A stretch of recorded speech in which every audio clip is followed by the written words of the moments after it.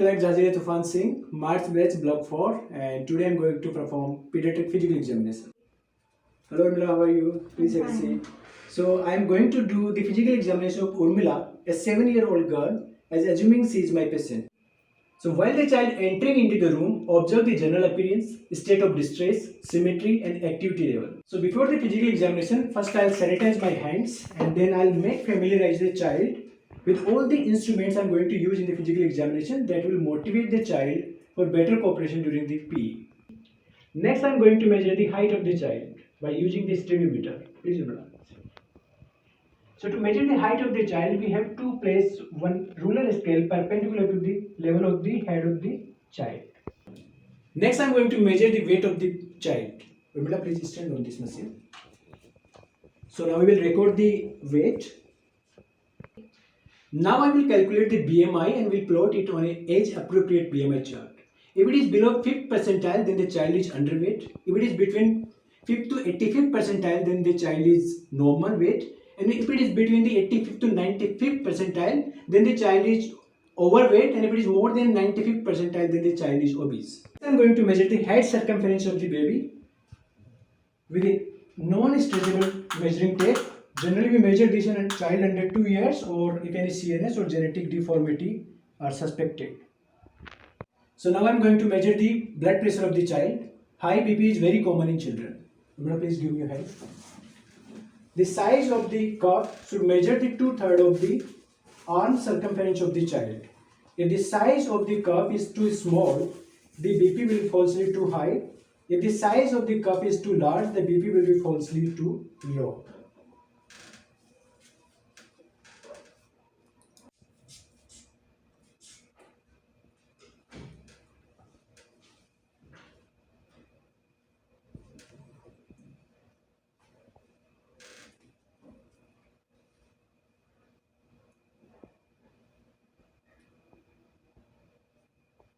Next, I am going to check the respiratory rate of the child for 1 complete minute, assessing the rise and fall in the chest. Normal respiratory rate of infant is 30 to 40 per minute. For young child is 15 to 25 per minute, and for older child the respiratory rate is between 15 to 20 per minute, that is the adult range. Next, I will measure the heart rate of the child for 1 complete minute on PMI, the point of maximum impulse. I will measure the temperature of the child. Tympanic membrane temperature is the best recorded in child by using the thermometer. Now I am going to assess the skin of the child. So in skin, I am looking for any presence of rashes, for cyanosis, for jaundice, for hemangioma and nevy. And I am also checking the thickness and turgor of the skin to assess the level of hydration. And then I'll check for the clubbing, please do like this, and presence of splinter hemorrhage and pigmentation over hands. Next, I am going to check the shape and symmetry of the head. Also, I am looking for scars and abnormal facial features indicating Down syndrome, fetal alcohol syndrome and hypothyroidism. Next, I am going to check the symmetry of the eyes. Also, if there is swelling and redness is present, and also looking for the obstruction of the lacrimal duct, and also looking for the appearance of eyelid analysis. Now I am going to check the cornea of the child. Now I am going to check the direct reaction. Now I am going to check the conceptual reaction. Now I am going to check the visual field of the child. Please look at my nose and tell me when you see my fingers, okay? Yes. Yes. Next, I am going to check the extraocular muscles. Please don't move your head and follow my finger, okay?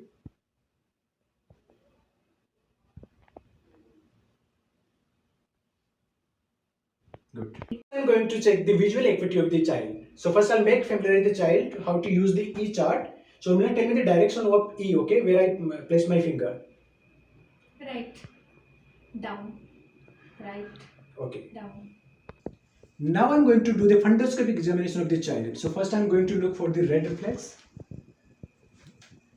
Now I'm going to check the retina and optic disc. I'm looking for the presence of papilledema. I'll repeat the same examination on the other eyes also. Next, I'll check the position and arrangement of the pinna. So for this, I'm looking here for any developmental deformity and also checking if there is pits and skin tags are present. Now I'm going to do the otoscopic examination of the child. So I'm looking for any discharge, foreign body, redness and swelling, and also inspecting the eardrum for contour and color, and also looking for the cone of light. Now I'm going to check the gross hearing of the ears. So I'm going to repeat the same what I speak, okay? 1E2, 1E2, 1I1. 1I1. Now I'm going to check the nose of the child for any deformity and deviation. I'm also going to check the nasal canal by using the otoscope large speculum. Checking the mucous membrane. In allergic rhinitis, it will be pale and bluish. Also checking for the nasal septum for presence of any epistaxis, ulcers and polyps. So now next I'm going to examine the oral cavity of the child. So first I'm checking the lips for moisture, color and ulceration. Then I'm checking the mucous membrane for any inundum, ulcer and nodule irritation. Also checking the teeth for caries and also checking the tongue for fissures and tongue ties. And lastly for checking the gag reflex. Now I'm going to check the neck of the child. So here I'm going to look for the midline position of the trachea. Also going to look the enlargement of thyroid gland and also if there is any lymphadenopathy. Next I'm going to check the mobility of the neck.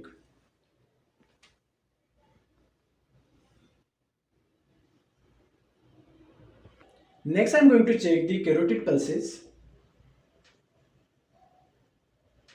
and also going to check the broods.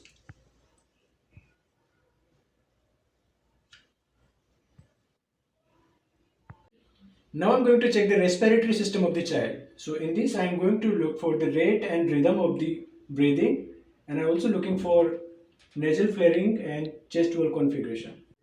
Percussion and palpation is really helpful in child, so I'm going to auscultate now.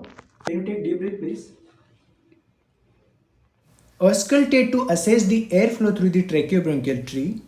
Also listen to any adventitious breath sounds like crackles, rails and wheezing as these are present in pneumonia, asthma and pleural effusion.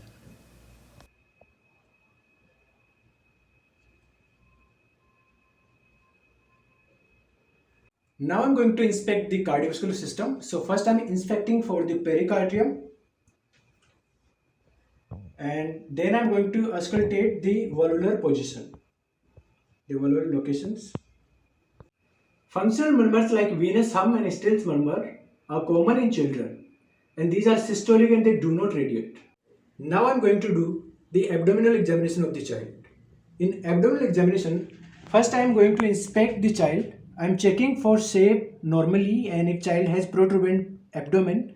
Next I am going to palpate the abdomen by partially flexing the legs of child. I'll palpate gently. In acute abdomen, there will be involuntary rigidity.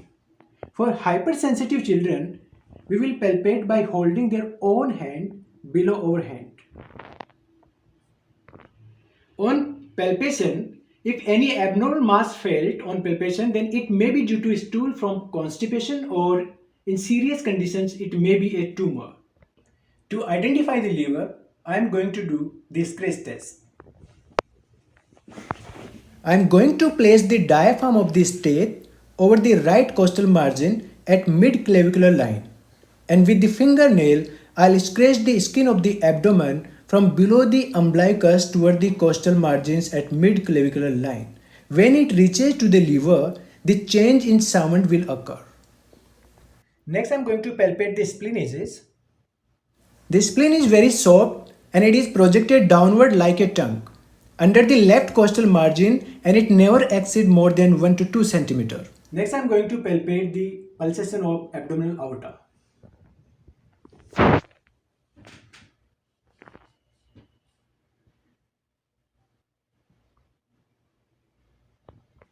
Next I am going to examine the musculoskeletal system. Though the abnormalities of upper extremity are rare in absence of injuries, normally child has increased convexity at the lumbar area and decreased convexity at the thoracic area. Now I'm going to do the Adams forward bend test for the detection of scoliosis. Urmila, please bend forward by keeping your legs together and your hands straight. Now I'm looking for presence of scoliosis. Next I'm going to do the Trendelenburg sign. For that I'm going to place the hands over the iliac crest from the behind. Urmila, can you please stand on your right leg? Now can you stand on your left leg, please? Okay. If the pelvis tilts to the unaffected side during the examination, that indicates positive Trendelenburg sign. Okay, now Urmila, can you please walk? Most of the abnormalities of the child can be detected when the child walks. It should be observed from both back and front. Next, I am going to do the heel to toe, jumping and hopping to assess the developmental milestones. Urmila, please follow my instructions. Walk, walk, heel to toe. Okay. Now jump. Now hop. If you are concerned with the child's strength, then ask the child to lie down on the floor and ask to stand up. Urmila, please lie down and then stand up. So the child will first sit up and then flex the knees and then push the hands over the floor and stand up.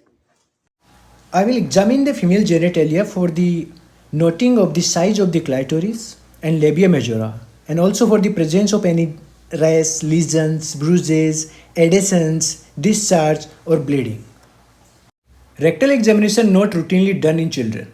It is only done if there is suspicion of the intra-abdominal disease or pelvic or perirectal disease.